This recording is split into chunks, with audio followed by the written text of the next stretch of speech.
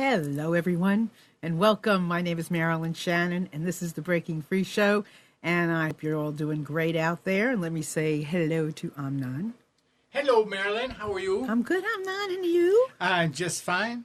Good. So you had a slip sliding? Oh, my goodness. Yeah, we were talking before the show started about last week. We're in North Carolina, and I don't know, some of you may be in North Carolina, some of you may be wherever you are. We had a crazy couple of days last week with weather. And that's crazy for North Carolina. It's People crazy. who live up north, I mean, to them, that's... Oh, Well, what are you talking about? 4 inches?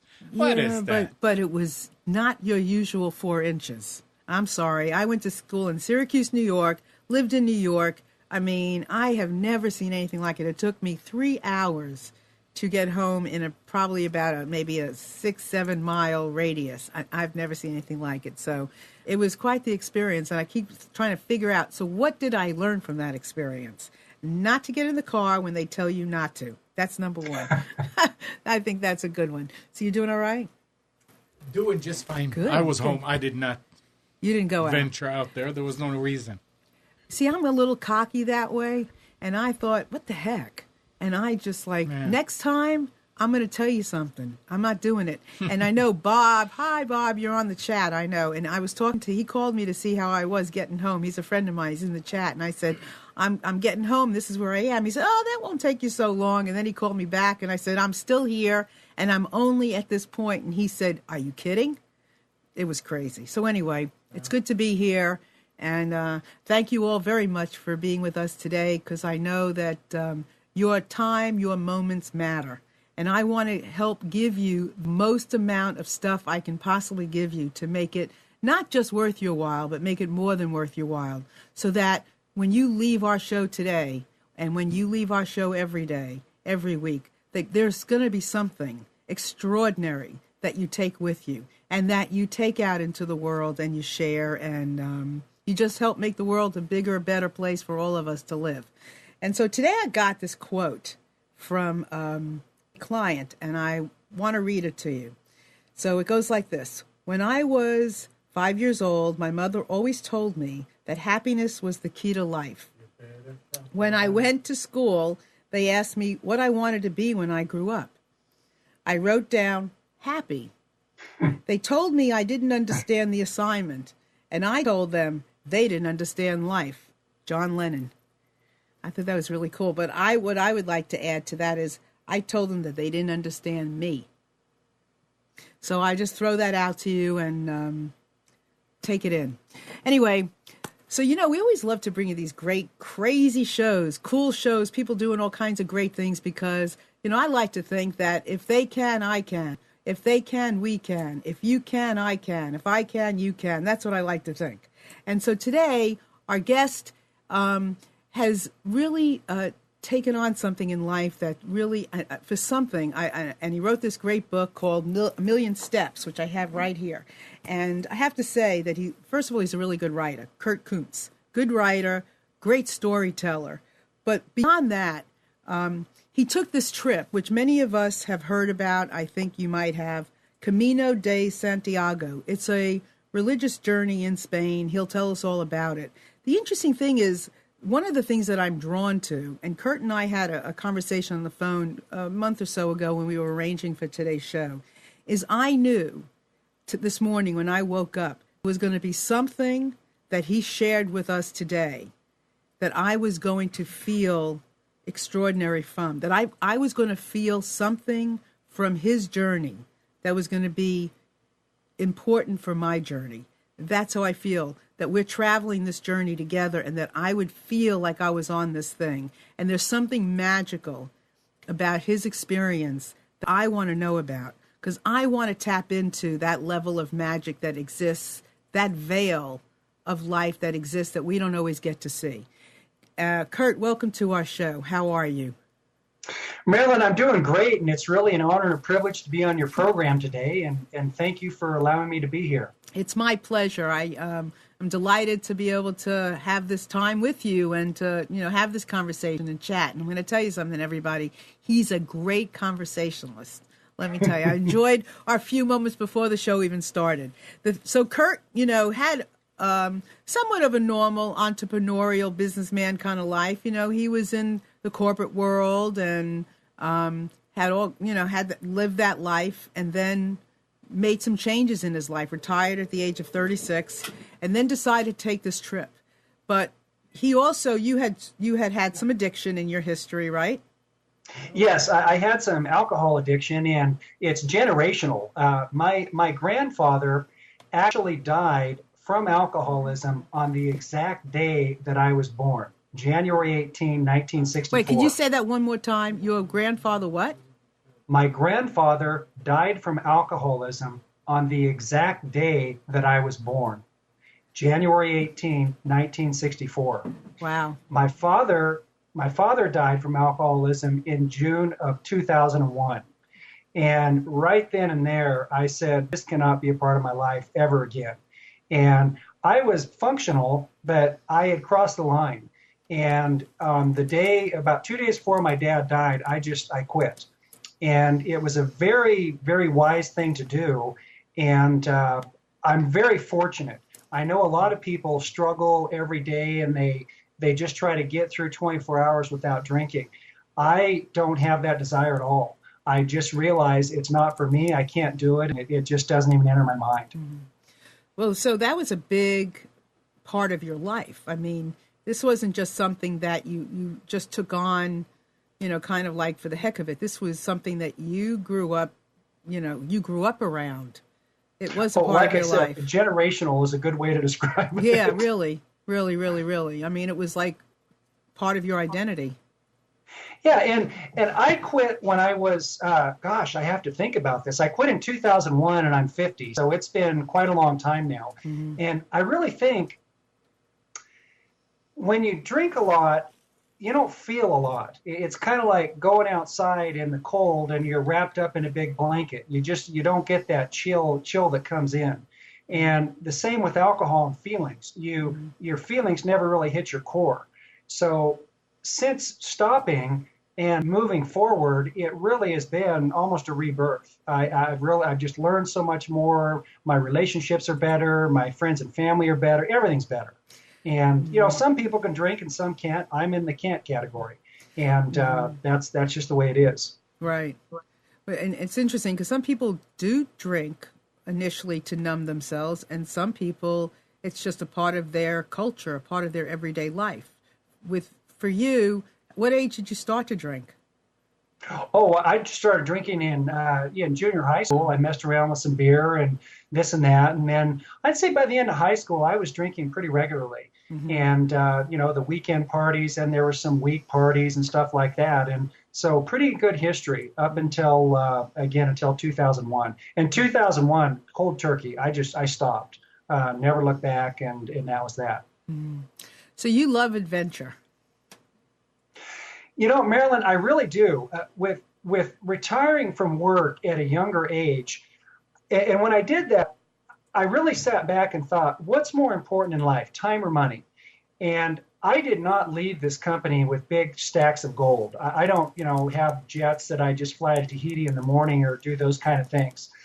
I really sat back and thought, I've done the corporate thing. I've enjoyed it. I've had some financial success, but there's got to be more to life. Mm-hmm. And when I decided to make the leap, which I call the old Fonzie move of jumping the shark to retirement, I really pared back my life to a point where I didn't need a whole lot of money.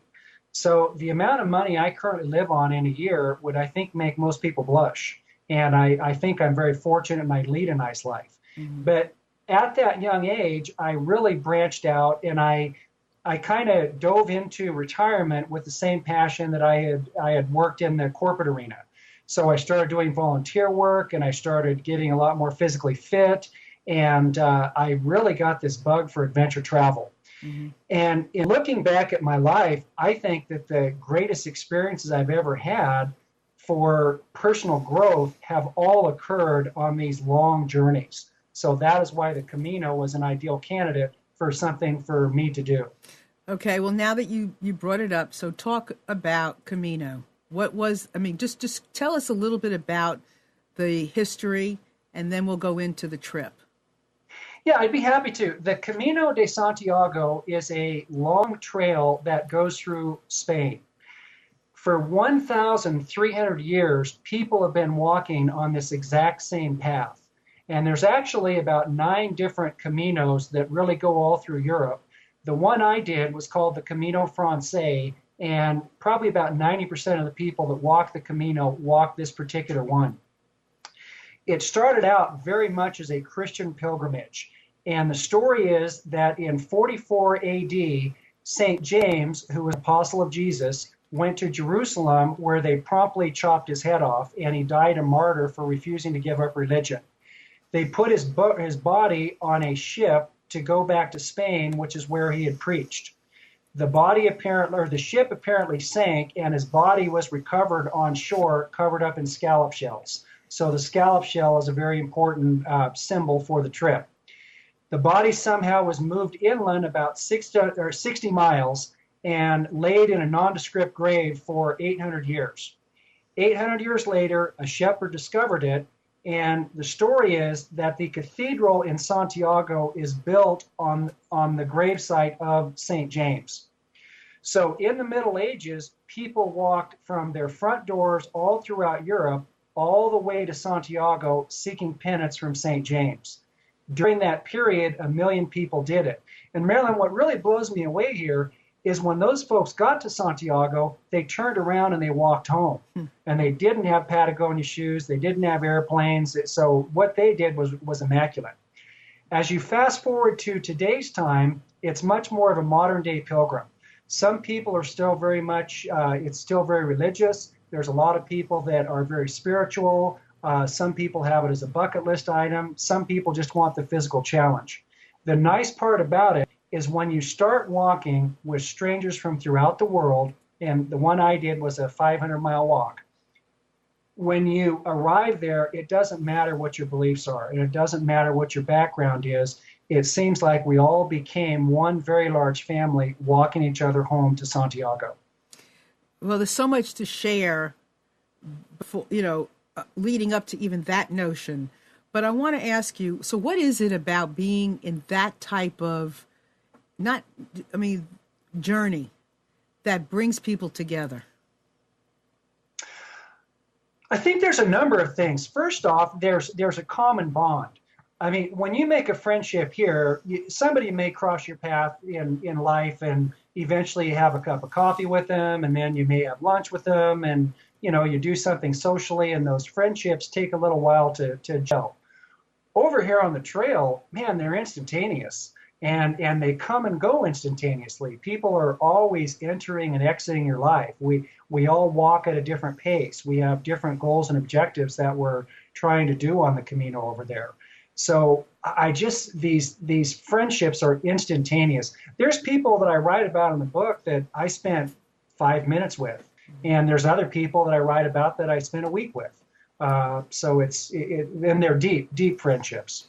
Well, I did read Kurt's book. I have to say I didn't read the whole thing, but I did read, a good portion of it. And, when I was reading the beginning, it was so perfect.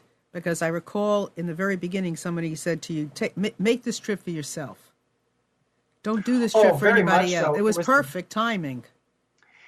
It was the very first day I got there, and one of the volunteers at the hostels, which you sleep in hostels every evening, he was kind of lecturing some young women on how to walk the trail. And he said, if people are going to walk at a different pace, don't push yourself to stay up with them. Accept that saying goodbye is part of life. And this journey is your journey. Don't make it a journey for somebody else's life. You do it the way you feel comfortable and you want to go for it. And at first I thought, wow, that's kind of arrogant. Why? It seemed a little odd. Just a few days into the trip, it just made crystal clear sense. And this trip is an individual trip. So is life, really. I mean, you very much so. It sounds like it's such a mirror for how we can live. It's like my forehead's got Marilyn across it. Yours has Kurt across it.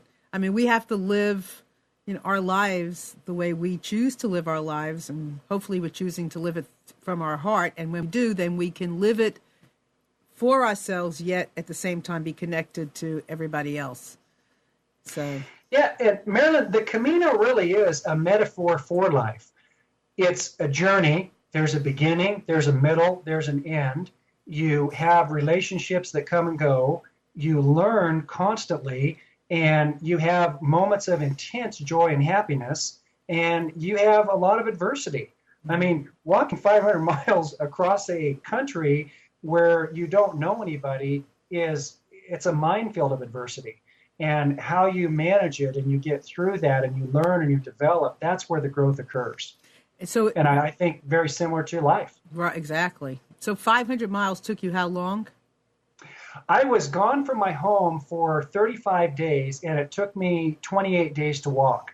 Most people walk the trail somewhere between 4 to 6 weeks is a pretty good average. I walked a little bit faster, and I didn't make it a race.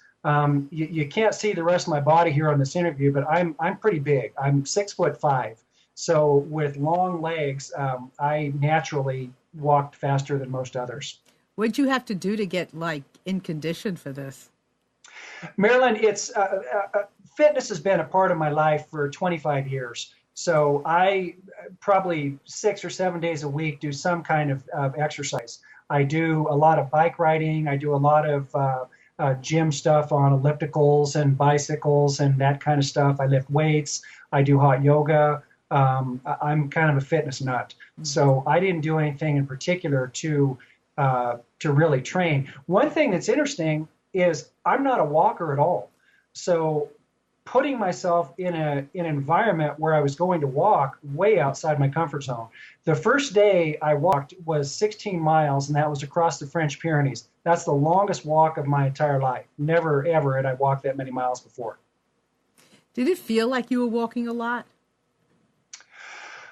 It's a great question. Up front, you feel it a lot. And the veterans tell me that the first third of the trip really is for the body. And that was my next thing. That was exactly what I was going to ask you next. Yeah. Yeah. You end up walking over some big mountains and a lot of rolling hills, and your body changes. You become accustomed to walking. You may have some issues with soreness in your legs. Maybe your back gets sore, whatever it may be. But in that first third of the trip, your body changes. You build up some stamina. You build up some resistance to blisters and some other things like that. So for me, the first part, I really felt it. And as I kind of went into the second phase of the trip, the walking kind of became a little secondary for me. And it became very natural. And I've done other physical things like this. Your body is amazing in how it accommodates to what you put it through. So you said, so I was glad because that was my next thing. You said the first third was for the body, the second third was for the mind, and the third was for the soul. So could you give us a little explanation of that? It just couldn't be more accurate. Somebody told me that before I went, and I thought, yeah, it sounded a little wacko to me. When I got over there and I looked back in retrospect, the first third of the trip, there's one very big hill. On day one, you cross the French Pyrenees. It is by far the most difficult day. It's so difficult that a lot of people start on day two. That first day is 16 miles and it's 5,000 feet of elevation. The next 180 miles, the accrued ascent is about 10,000 feet. So day one, monstrous. The next 10 days or so is kind of more rolling hills. As I mentioned, your body changes in that period.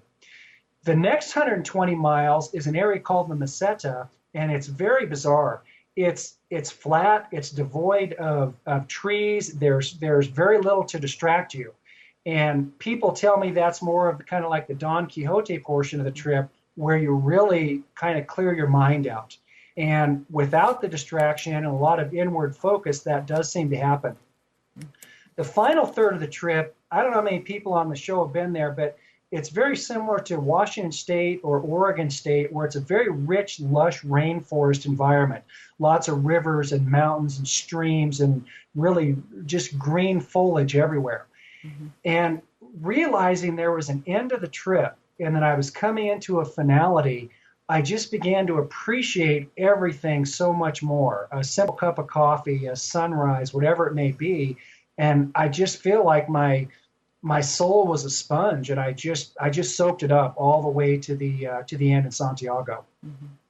Yeah, that would kind of make perfect sense. I think that that we make it about the body, and then we go through these struggles. You know, it kind of elevates, and you go through these struggles, and you're in the mind. You know, and then sometimes we want to quit. You know, sometimes we do all kinds of things, and then we can make it about the soul when we get through the body and we get through the mind. Yeah. You know, very interesting. So tell me something. I have a lot of questions, but one of the questions that are coming to me right now is, how much does a trip like this cost? Is there a range of cost? Yeah, it's very inexpensive, and I know that's relative for everybody. My transportation was about $1,100, and so that was my plane flight, getting over there, all my buses and taxis to get to the start, and also my flight from Santiago back to Madrid, and then Madrid back to Boise. So figure $1,000, $1,400 for transportation. When you're on the Camino, it is incredibly inexpensive. The hostels, which are actually called albergues, and that's where you stay, and it's not the Four Seasons. You sleep in bunk beds in a group environment, and people snore and people fart and they make weird noises, and there's a lot of group activity. These places, I think the cheapest I spent was €4, and the most expensive was 12 or 13. So you really your lodging is $8 to $15 a night. Mm-hmm. And then a food budget of probably $20, $25 a day will get you through it. So with that combined, your daily expense is really $25 to $50. Now, you can ramp it up. You can stay in hotels. You can eat in better restaurants, or you can ramp it down. You can stay in tents outside, but a generic number of, again, $25 to $50 a day will get you as far as you want to go.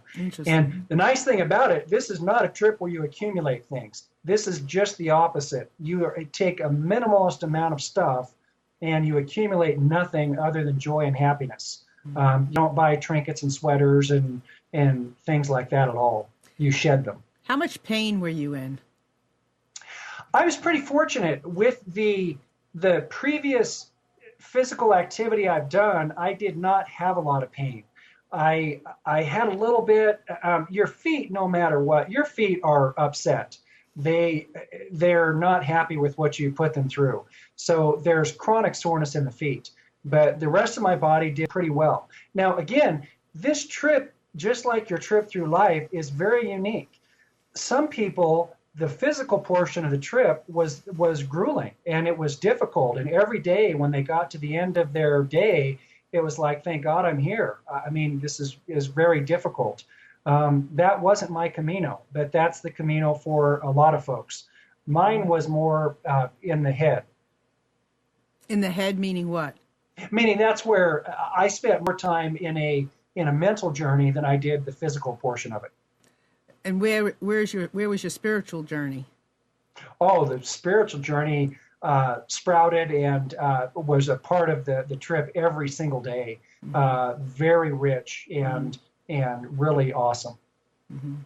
Yeah, I want to welcome anybody to call in. This is just, I'm loaded with questions and curiosity. I'm just full of curiosity. So, but, if you've got some questions, comments, you've been on any Camino of your own, it doesn't have to have been in Spain, but maybe you were on a Camino of your own and you would like to share it. Because that's, anytime you're on a journey, a spiritual journey, and you have ahas, I want to know about it. So we all want to know about it because we want to share those extraordinary times with each other. Because that's what lets us know that there's something more out here, and something more in here, and something more between us.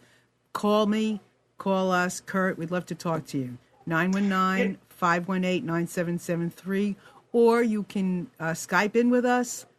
Computers, that's plural. 2, that's the number 2. K voice from anywhere in the world, as long as you have Skype. What were you going to say, Kurt? I was going to say, Marilyn, you just brought up a really good point. You said something about if you've been on a journey, if you've been on a Camino, etc.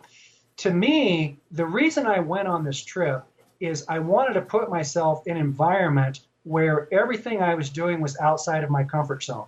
So I'm in a foreign country. I'm sleeping in these group sleeping arrangements. I'm eating different food. I'm doing a physical activity I'm not used to, and I don't know a soul over there. I can't think of a more bizarre environment to put yourself into. I find in my life, that's where I grow. If I just do what I did yesterday and everything's planned out, I become dull and boring. If I do something crazy and wild like this, that's where I grow. So I do a lot of public speaking about this trip. And a lot of people, one of their first questions is, hey, that's great. You retired, you have the physical capability to do it and this and that, and you're lucky. Mm-hmm. And I say, I am lucky, but you're lucky too, because you don't have to go to Spain to take Camino. You can take Camino every single day of your life. And I recommend that you drive home from work a different route, that you go to a restaurant and order something different, you vacation somewhere different, go to your local community college and spin the bottle and take a course you know nothing about. Mm-hmm. Go to a bookstore and buy a cookbook and make what's on page 49. And if you're lucky enough to have it be dessert, have chocolate pudding for dinner. Just don't keep doing the same crap you did the day before over and over and over. Because pretty soon you'll be old, you'll look back and you go, that's it?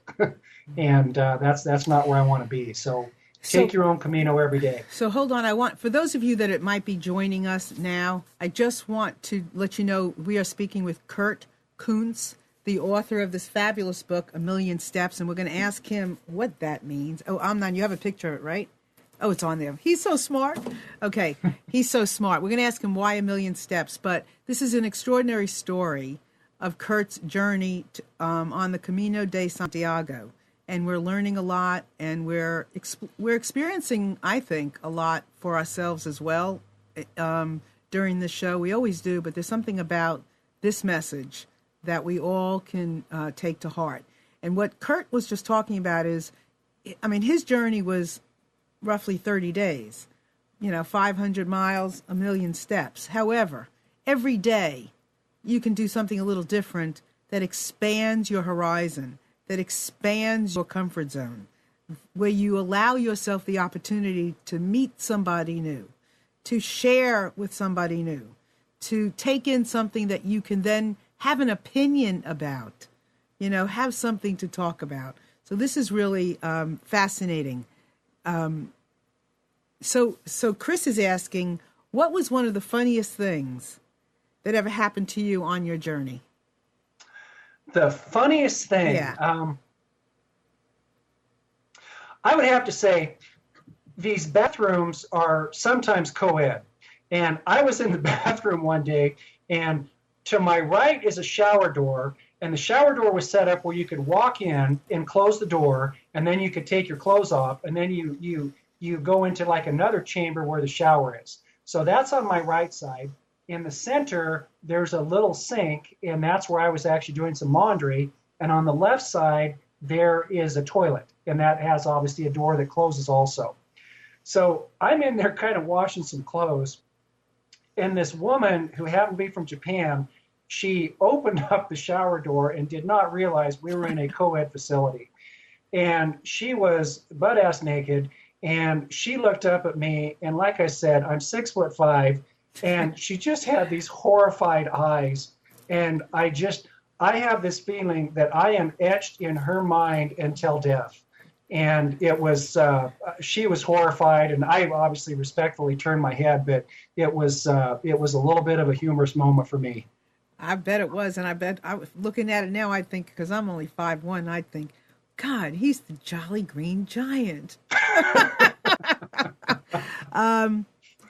So Chris just wanted to know the funniest, and I have so many questions for you, but I want to know what was some of the most extraordinary experiences. I know I read about the shoes that the woman had experienced when she needed shoes, and somebody offered to just give her shoes, and that to me is just, that happens. But what other stories can you tell us that is so extraordinary that it's just magical, and it was like just a religious experience? Kind of, Marilyn, I think that where I'd like to kind of go here, and pull me back if I go too far into here, I'd like to go through some of the lessons that I really learned over there. And prior to taking this trip, I have endeavored for such a long time to understand what being in the now is. And I've read the Eckhart Tolle books and read all these books that try to describe what it is. Everybody says it's the best place to be, but what is it? The Camino, in my mind, taught me what it is. Every single day when you wake up there, you don't know what's going to happen. Nothing is scripted. You don't know how far you're going to walk. You don't know where you're going to stay, what you're going to eat. You don't know if your body's going to hold out, and you don't know who you're going to walk with. You don't know what the weather's going to be. In that challenged environment, you don't have any time to waste thinking about yesterday, and you certainly don't have any time to waste thinking about the future. To me, that's what being in the now is. Can I just interrupt you 1 second? Let me just say this. What he's saying is that the now is as much as you can handle. It's big. It's so big being in the now that what was, and what's going to be doesn't matter, because the now is so huge and so big. That's all you should be focusing on is right this minute. Yeah, and the Camino teaches you to do that because you just naturally don't have time to worry about the past or the future. So you then spend a month or a month and a half on a daily basis being in the now. You really understand in your head and your heart what it is. So since I've returned home, and let's face it, it's natural for anybody to drift into their past or to fantasize about the future. Just realizing that I'm doing that, I can kind of give myself a mental slap in the face and say, get out of that. If I'm in my past, am I attaching myself to an unpleasant situation and letting it pull me down, or am I actually learning something? And whichever it is, I still want to get out of it. For the future, I have yet to meet a person who 5 years from now is not going to be happier, healthier, wealthier, and skinnier. The trouble is, it's always a 5-year rolling window. When you can be happy, when you can make something happen is right here, right now. So again, I really advocate, don't, have practical planning for the future. Have some food, have some rent money and this and that. But the 5-year, the 10-year plan, don't worry about it. It'll take care of itself. Do what you can do today to make yourself happy, to help another person, to improve your life, to improve somebody else's life, whatever it may be. Mm-hmm. So living in the moment or living in the now to you means, like, give us an example of what you do now, that living in the now. Marilyn, everything I do. If I'm at the gym, I want to sit there on the bike and I want to feel my body move and I want to feel the sweat pour down my body. In talking to you right here, right now, I want intense focus on what's happening, not what I did before the program, not what I'm going to do after the program. And if I'm washing a dish, I want to wash that dish like a dish has never been washed before. So whatever you're doing, a big task, a little task, a mediocre task, do it with passion and focus. When you're talking to a lover, to a friend, a family member, listen to them. Don't drift off into what you're doing. Listen. And that's what I mean by being in the now. So, and what do you get from being in the now? It's where life happens. It's where life happens. It's everything. It's where you experience happiness. It's where you experience sadness. It's where you make a difference. It's where life is lived. And the time you spend in the past or the future robs from the time you can spend in the now. So don't go there. So this is really extraordinary and very valuable because, you hear we talk about these things. Be present, be conscious, blah, blah, blah, blah, and I'm all about listening, blah, blah, blah, blah, blah. However, what we're talking about now and the way Kurt is explaining it, and can you not, really, everybody out there, can you not feel that power of talking about this moment, like this moment that we're sharing with each other, this very show, this very moment? Can you not feel the power of all of you that are on the chat together and all of you that are listening? Can you not just feel this moment now? What you experienced before can't hold a candle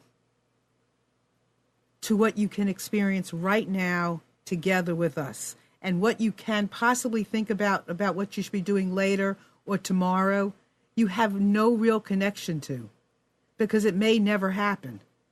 But what you have right now and what we're experiencing together in this moment is what's happening. And however you want to experience it, you can. You have power in this moment, right? You know, very much so. And another kind of topic, that was a big lesson I learned. And I don't really know how I learned it, but I did. Another one was the whole concept of worry. When I went over there, trust me, by nature, I'm a worrier. And again, I have the same generational situation from my family. We all worry about stuff. I went over on this trail and I started walking, and I found that the more I let go of worry, the better things worked out. Mm-hmm. And that everything did have its own way of working out. Mm-hmm. And I can give you an example here. If you're walking on this trail and you roll your ankle and you're injured, I guarantee you 3 people behind you is an orthopedic surgeon from the Mayo Clinic. And things just from a serendipitous manner really seem to work out. So I tried to experiment with not worrying about stuff. I didn't really worry where I'd end up. I didn't worry about where I'd sleep. I didn't really worry about anything. And by unloading that backpack, if you will, I really began to love it. So you love when what? I came What home, did you I love? thought, well, I had this great experience Kurt. in Spain without worry. How can I get rid of worry in my life here? So the first thing I did is I got a piece of paper out and I made a list of all the things that I worry about. I came up with 8 big ones. I immediately crossed 5 of those things off the list as being completely beyond my control, so absolutely worthy of no worry whatsoever. Mm-hmm. So I then ended up with 3 things, and no, I will not tell you what they are. On the other side of the equation is what's working. What are you grateful for? What's going right in your life? And if you want to sit down and start to make that list and you really put a pen and paper to it, it goes on in perpetuity. You have air in your lungs, you have food, you have water, you have friends, you have shelter, you have shoes. And if you become complacent about your shoes, be thankful you have a foot to put them on. And I really have tried to put my focus on the gratitude side of the equation and get rid of these 3 or 4 minor little crummy things that may or may not happen. And that is a good way to row through life. Mm-hmm. Absolutely. I had a thought. So you really, worrying is something that happens, is for the future. It's not in the present. It's something that's going to happen. And that's why it's really doesn't really matter, because what you're worrying about may happen, may not happen. But in this moment, you can perpetuate different things to happen in this moment. So let me ask you something. So the people that you met along the way, tell us a story that just touched your heart from somebody that you met along the way. And I also want to hear about, who told you what along the way. That, I mean, you these are some of your stories as far as, things that you picked up about this Camino, about worry, about being in the moment. What were you hearing from other pilgrims along the way? Oh, the people you meet here are, first off, extraordinary. The youngest person I met was 2 years old. The oldest man I met was 82 years old. So it is a wide variety of people. These people come in every shape, size, color, and from every corner of the world. I believe there's 197 countries in the world, and I met people from at least 35 different countries. And when I say I met them, I mean that I spent time walking with them, sharing a meal with them, sharing intimate conversation, whatever it may be. The biggest thing that I learned is there really is no us and them. It's a lot of us and a tiny fraction of them. Mm-hmm.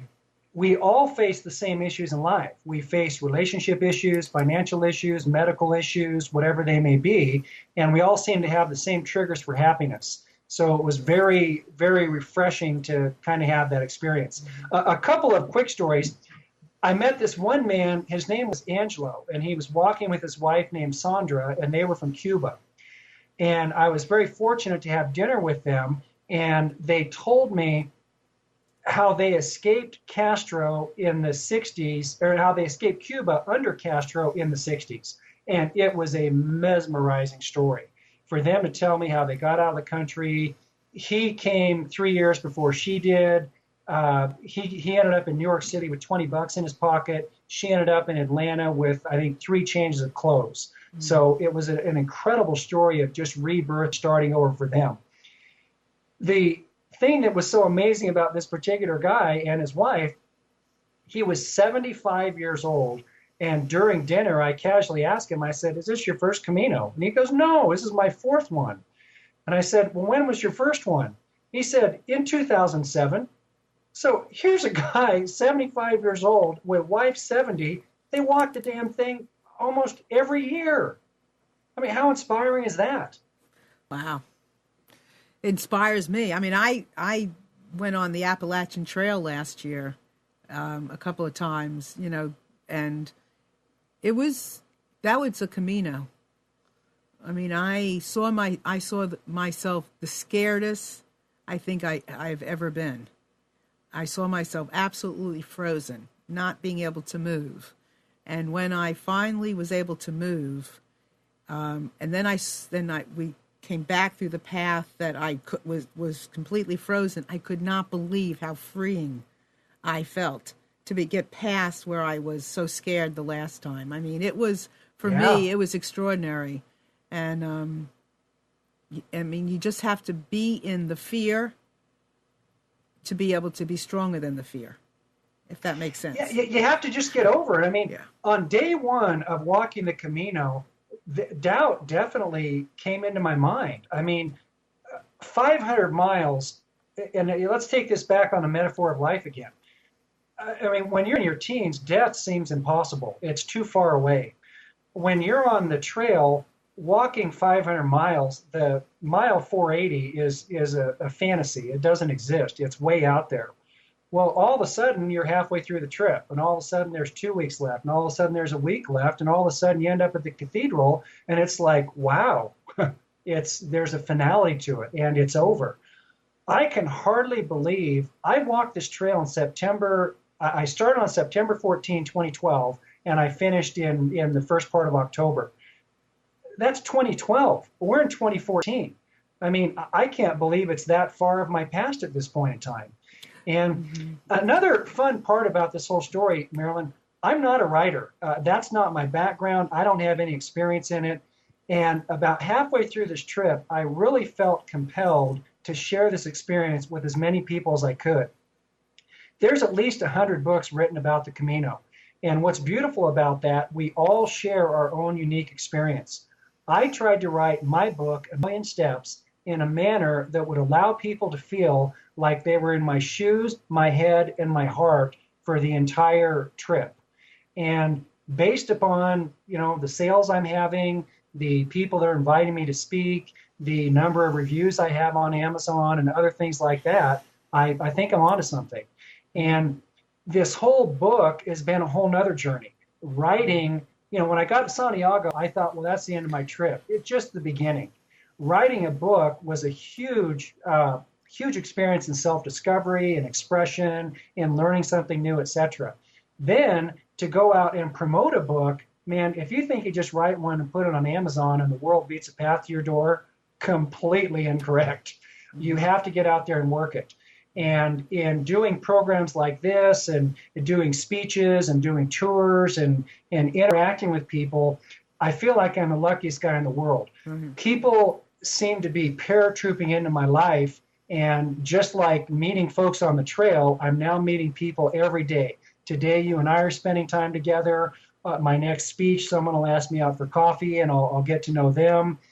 Just my email in the morning. I open up my damn email and Kurt, there's inevitably a comment from somebody who's read the book. Let me ask you a question, and I want to get into more about the book, but I want to ask you, and you just opened up something. So what kind of a people connector were you before this trip? I would say I was always pretty social, and I did connect people. My biggest asset was staying in touch with a wide variety of people. Mm-hmm. But now there's a big connection going on. Mm-hmm. It's just the ripple effect. Mm-hmm. I feel like my energy is moving out into the universe, and people are inspired and things like that. And what is your what energy do you want people to be inspired from you? What's the energy you're putting out there? What I'm really hoping is, again, my core message here: step outside of your comfort zone and try something new. Do not become dull.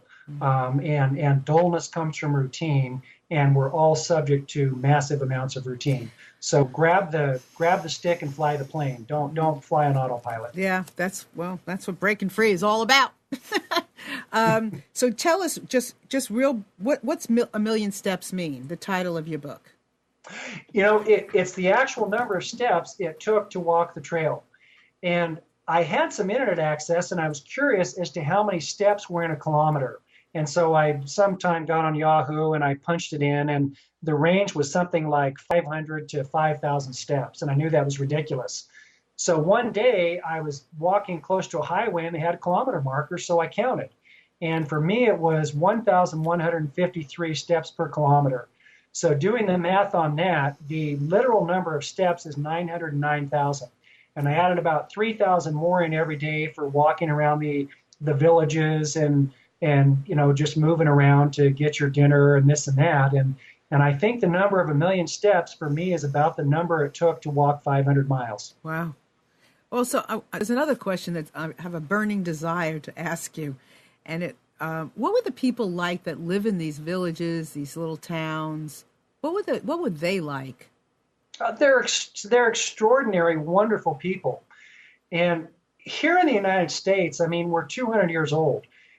You go over there and there's some history. I mean, you walk across bridges that the Romans built when they invaded the country.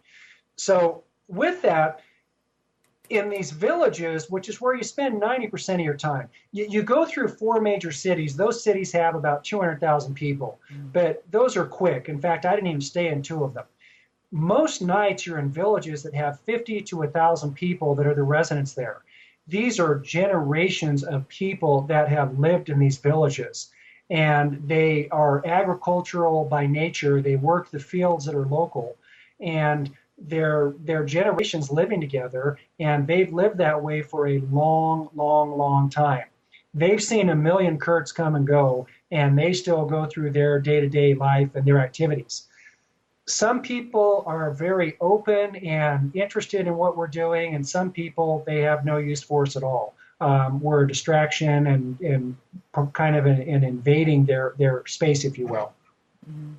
So the ones that react to you, the ones that, notice that you're there, what would you say is their overall way of looking at life? I mean, they have to feel the energy of the people that are on the walk. They have to feel the walk. So, or even the people who aren't paying attention to you, they have an outlook on life that might be similar. And I'm curious what that would be, if you have any insight. These people are, first off, unbelievably supportive. Prior to the show, we talked about people helping out. There are volunteers that typically work in these hostels, and most of them are pilgrims. They're people that have walked the Camino before. And when they go over and they volunteer their time, these are true blue volunteers. They're not doing it to win an award. They're not doing it for some kind of strange gain. They are there to make your life better on a daily basis. And they will go to the end of the world to make that happen for you. So you really get a sense of volunteerism. Mm-hmm. The people that live in these villages, the ones that I was fortunate enough to talk to, they are definitely in tune with what's going on. And you also hit on another really nice point here. You talk about energy left behind. 2 million people walk this trail ahead of me. So I get to feel the energy for all of those footprints, and then I leave my own footprint for the people that will follow mine. And I tell you, it just sends chills up and down my back. Just the energy of this path is immaculate. Of all the places I could have walked in the world, I chose the right one. Yeah, I would imagine just stepping the first step, would be just, you just feel it right in your heart. I mean, my heart would be beating and I'd be breathing hard and I could just feel it. So, but these people in these villages, I mean, they're some of their lifeline is the tourism that they get from people on the walk, isn't it? Yeah, a lot of the villages are supported by a lot of Camino activity. There's no question about that. People spend money there, and we sleep there, and this and that. But it's Maryland. You have to go there. It is such a step back in time. I was in Spain for 35 days. I saw 3 fast food restaurants. You get in these little villages, and there's really 2 places for commerce. There's a little store, the tienda, and there's a bar. And the bar is the center of the universe. It's where you get coffee. It's where you get breakfast, lunch, and dinner. It's where you socialize, where you can get a cocktail, have a soda, whatever. And that's commerce. There's 2 places in the village. There's not McDonald's, Walmart's, and REI's, and buy this today special $1.99. It's just life, and it's conversation, not things. Then it's not that distraction. It's being in the moment. So how many books have you sold? I'm just about to cross the 3,000 mark. For a self-published guy, that's pretty far ahead of the curve. And I think I'm just getting started. Well, that's excellent.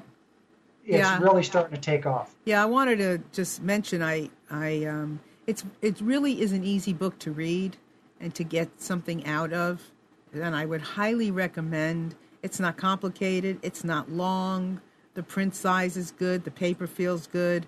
I would really highly recommend you all taking a look at this book and getting it and experiencing some of this stuff. I think some of what we talked about, has been extraordinary, and it touches the surface of what you can experience on your own.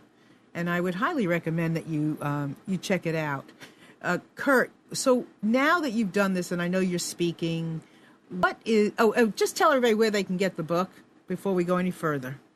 Oh yeah, first off, you can start at my website, which is kurtkoontz.com, and that's KURTKOONTZ.com. And you can get in touch with me. My telephone number's on there. You can send me an email or whatever. And then you can get the book on Amazon in paperback or Kindle form. You can also get it for the Nook or for the iPad through iTunes. And you can also go to a local bookstore and they'll order it for you. So there's no excuse not to have the book. Perfect. And then if you want me to speak, just get a hold of me through the website and contact me, and we'll figure something out. I do a lot of public speaking, at least 1 or 2 times a week. Perfect. So you've done this walk. What's your next? And a walk, again, can be any ladder that you climb, any way out of your box. So what's the next thing that you are taking on that you can share? Is there anything else? Marilyn, I'm on it right now, okay. and I'm drunk in love with it. It's the marketing of this book, and I'm going on a personal vacation, which we talked about, down to Southern California this Wednesday, and I'm going to be there for a long time. But it's a working vacation. So I was recently in San Diego, and I had the chance to tour a couple libraries down there. It went well. I called the library people in the county and said, "Look, I'm available. Can I do some more?" I'm going to talk at 14 libraries in the next 4 weeks down there. And when I come home from that, I've been invited to go to Denver and do a similar deal there. I'm speaking at wellness festivals. I'm meeting new people every single day. So my current journey, completely unexpected. I never thought I would be an author. I never thought I would be a speaker. And now it's what I do every waking moment. And the joy of meeting the next person or the new experience or a serendipitous this or that, that's what my journey is. And I couldn't be happier. And, before this, I do have a business background. And I would have been a lot more worried about, can I get my money back? How much does it cost to print a book? How much do I sell it for? That's irrelevant. And if this book is meant to be well read, it will be. If I'm meant to speak at a lot of places, I will. I just have to let that part of it go. And every day I do whatever I can to spread the word about my book, about my message, and I let the rest of it take care of itself. And it's a great journey to be on. Very enjoyable. Yeah, I would say I agree with you there for myself as well. And I think in that moment that we talked about, in the present moment, that's where those serendipitous experiences occur, and they're so much fun, and they're the ones that you want to like pick up the phone and call somebody in the moment and say, you won't believe what just happened, or right, that you want to report to somebody. Isn't that correct, Kurt? Marilyn, they just don't stop. They happen to me so frequently. I'll tell you a very quick one here. I know we're running out of time. I got an email from a woman who was 73 years old who thanked me for the book and said, I really felt like I took the trip and I couldn't do it because I physically can't handle it. If you're ever in Southern California, I'd love to hear you speak. I sent her an email and said, I don't know if you're close to the Del Mar Library, but I'm going to be in San Diego on January 18th. She responded back and said, wow, I live 5 minutes away. Then about 10 minutes later, she sent me a note and said, I see you live in Boise and you're speaking tonight. My sister lives in Boise. She'll come up and introduce herself. What are the chances? I mean, that's just almost impossible. That kind of stuff happens to me all the time. Right, and I think being able to share it, being able to be aware of it, share it, have people to share it with is extremely important. And I would venture to say that everybody on the chat right now is somebody that I have had a serendipitous encounter with in meeting. I don't think there's anybody on chat that our connection did not occur through a serendipitous moment. And I'm sure they all would agree, because everybody on the chat is not somebody that I just knew. Even Amnon. I met somebody in a restaurant who told me about Amnon, right? How many years ago was that? Arthur Gordon. How many years ago was that? 12 years ago, maybe 13 years ago, I was in a restaurant. Nice. And somebody said to me, you need to meet Amnon. And I said, Amnon who? And then now I don't even know what my entire life business would be like without an Amnon. So the same thing with Chris. You met Chris. I mean, yeah. In working with Chris, must have met 20 some odd people before I knew that it was Chris. So it's extraordinary, and I think it's a treat that we give ourselves, and it's a blessing when we. Marilyn, when you're on the right path, everything falls into place. I mean, my editor fell into my lap, my web designer fell into my lap, my social media person fell into my lap. I found a cover designer that does major covers for a big publisher out of New York City. The guy lives 25 miles away from my house and did a freelance deal for me. And I've never worked on a project where it's been more round pegs and round holes. And it's just smooth and great, and it's what I'm meant to do. Yeah.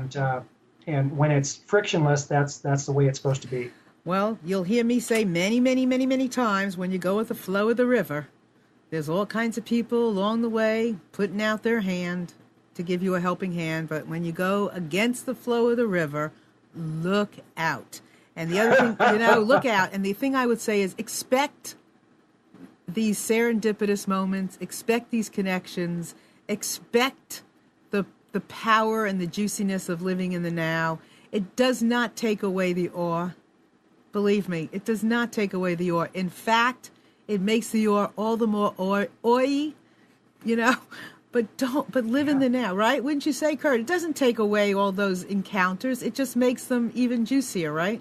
It amplifies them. It adds character to them. It makes it rich, and it gives it fulfillment. No question about it. Right. It gives it that godly, universally spiritual essence.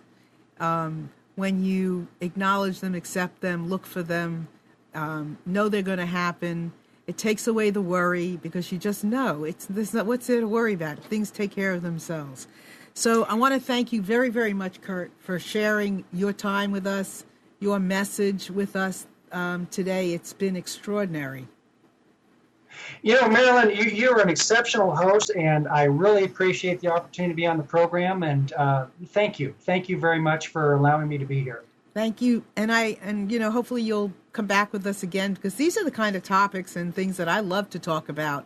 I think that we can't hear enough people having these experiences to know that they're really out there. These experiences are really, really real. They're not just make-believe. They're not just a novel in a book, but they are somebody's everyday experience. And I know today that I'm going to drive. I'm going to drive somewhere today that I don't ever go, or the way I never go. And I'm going to just, treat myself to these things. So I beg you to do the same thing. And I want to thank Kurt and all of you out there for taking the time to be with us today.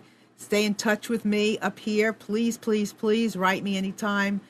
Make us a friend of yours on Facebook, MarilynShannon.com, on Marilyn Shannon on Facebook. Read our blog, the Breaking Free Show blog. Find me on Google+. I'm out there, and we're going to do all kinds of things there, too, because we want to stay connected. Thank you very much for being here. Kurt, you're an excellent, excellent, excellent guest. Thank you for keeping us stirred up and for having this hour go by like a blip. And with that, I want to say goodbye to you all. Have a wonderful day and a wonderful week, and we'll see you here next week. Bye.